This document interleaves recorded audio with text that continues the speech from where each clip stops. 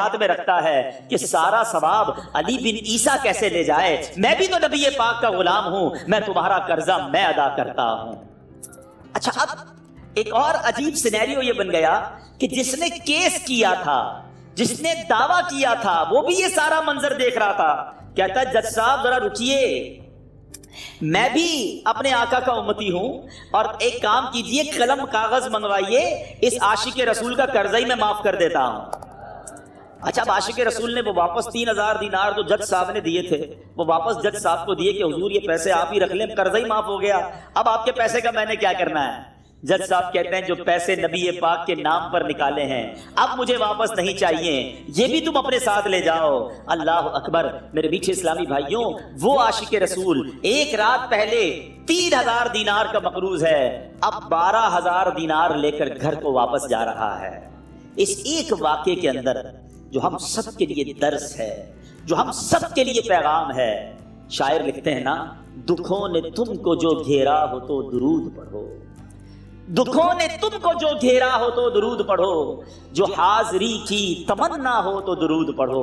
آج ہم بہت ساری پرابلمز میں ہوتے ہیں، یہاں بھی ہو سکتا ہے میرا کوئی بھائی بیمار بیٹھا ہو، کوئی قرضے میں ڈوب گیا ہو، کسی کا کوئی بزنس پرابلم چل رہا ہو، کوئی فیملی ایشو میں ڈسٹرب ہو، آپ کسی بھی پرابلم میں ہیں، خدا کی قسم درود پاک ایسا وظیفہ ہے۔ لوگ بہت سارے وظائف پوچھتے رہتے ہیں، بہت سارے جناب وظائف کے بارے میں معلومات کرتے رہتے ہیں، سچی بات یہ ہے ہر درد کی دوا ہے صلی علی محمد، ہر درد کی دوا ہے صلی علی محمد، تعویذ ہر بلا ہے صلی علی محمد۔ تو خدا را اپنی زندگی میں درود پاک کو شامل کر لیجئے، اور آپ بلیف کریں جب آپ نے کثرت سے درود پاک پڑھنے شروع کر دیے، آپ اپنی آنکھوں سے دیکھیں گے آپ کے پرابلم دور ہو رہے ہیں، آپ کی صحت اچھی ہو رہی ہے، آپ کے قرضے اترنے شروع ہو گئے ہیں، روزگار میں آپ کے برکت ہونا شروع ہو جائے گی، آپ کے چہرے پہ نور آنا شروع ہو جائے گا۔ نبی پاک علیہ الصلوۃ والسلام کا انداز کیا تھا کہ بی بی فاطمہ بیٹی ہیں، آج بیٹی کی ولادت پر لوگوں کے منہ پڑ جاتے ہیں،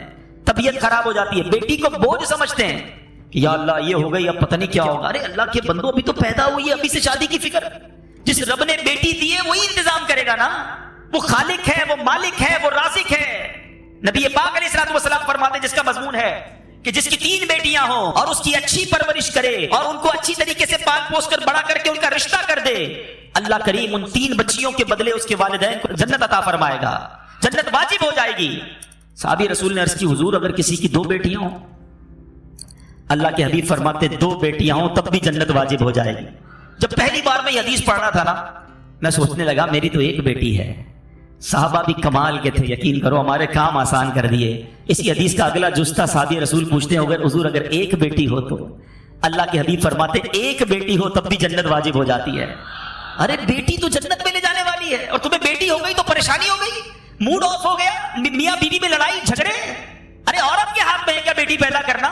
لوگ طلاق دے دیتے ہیں اس بات پر کہ نہیں جناب بچیاں ہی پیدا کر رہی ہے۔ ارے اللہ کے بندو، اللہ کی بارگاہ میں سجدہ شکر ادا کرو، بے اولاد تو نہیں ہو، 20 سال ہو گئے لوگوں کی شادیوں کو اولاد نہیں ہوتا، اور اولاد ہو گئی تو تم موڈ خراب کر رہے ہو۔ نبی پاک علیہ الصلوۃ والسلام کا اپنی صاحبزادی سے انداز کیا تھا، بلکہ پہلے حدیث سن لو، ان تمام لوگوں کے لیے زبردست چوٹ ہے۔ اللہ کے حبیب فرماتے بیٹیوں کو برا نہ کہو، حدیث پاک کا مضمون ہے بیٹیوں کو برا نہ کہو کہ بے شک میں بھی بیٹیوں والا ہوں۔ اللہ کے حبیب نے اپنے آپ کو صلی اللہ علیہ وسلم بیٹیوں والا کہا، اور فرمایا یہ تو ماں باپ کے لیے بڑی محبت والیاں ہوتی ہیں۔ اور میرے بیٹھے اسلامی بھائیوں، نبی پاک کا کیا ایٹیٹیوڈ تھا۔ خاتون جنت بی بی فاطمہ، نبی پاک اگر بیٹھے ہوتے اور بی بی فاطمہ آتی تو نبی پاک کھڑے ہو جاتے، بیٹی کے لیے کھڑے ہو جاتے، اپنی بیٹی کا ہاتھ چومتے، جدھر نبی پاک بیٹھے ہوتے ادھر بی بی فاطمہ کو بٹھاتے اپنی جگہ پر، اور جب نبی پاک بی بی فاطمہ کے پاس جاتے بی بی فاطمہ کھڑی ہو جاتی، پیارے آقا کا ہاتھ چومتی اور اپنی جگہ بٹھاتی۔ یہ ہے میرے آقا کی سیرت، سیکھو نا کہ بچوں سے پیار کیسے، بچیوں سے پیار کیسے۔ والے نبی کون ہیں؟ صبر ایوب علیہ السلام۔ مشہور ہے دنیا میں کہ ایوب علیہ السلام کا جو صبر ہے وہ ضرب المثل بن گیا، وہ ایگزامپل بن گیا۔ صبر تو بہت سارے لوگوں نے دنیا میں کیا، مصیبتیں تو بہت سارے اللہ والوں پر آئیں، مگر حضرت ایوب علیہ السلام کو اس قدر کمال کا صبر جو ان کا تھا، تو کیا واقعہ ہے۔ تو آج مشکلیں ہیں، پریشانیاں ہیں، ٹینشن ہیں، لوگ جب پریشان ہوتے ہیں تو صبر کا دامن تھامنے کی بجائے نارملی بے صبری، شکوے اور شکایات کی طرف جاتے ہیں۔ تو زندگی میں جب بھی کوئی معاملہ آئے نا، ہمیں اللہ کے کلام کی طرف رجوع کرنا چاہیے، اللہ والوں کی سیرت کی طرف رجوع کرنا چاہیے، اور رب کریم کے جو منتخب ترین بندے ہیں، دنیا کے افضل ترین جو افراد ہیں، وہ انبیاء کرام علیہ الصلوۃ والسلام ہیں۔ تو ہمیں جب بھی کوئی پرابلم آئے، جب بھی کوئی مسئلہ درپیش ہو، پہلے دیکھیں اللہ والوں نے اس موقع پر کیا کیا تھا، قرآن کیا کہتا ہے، حدیث کیا کہتا ہے۔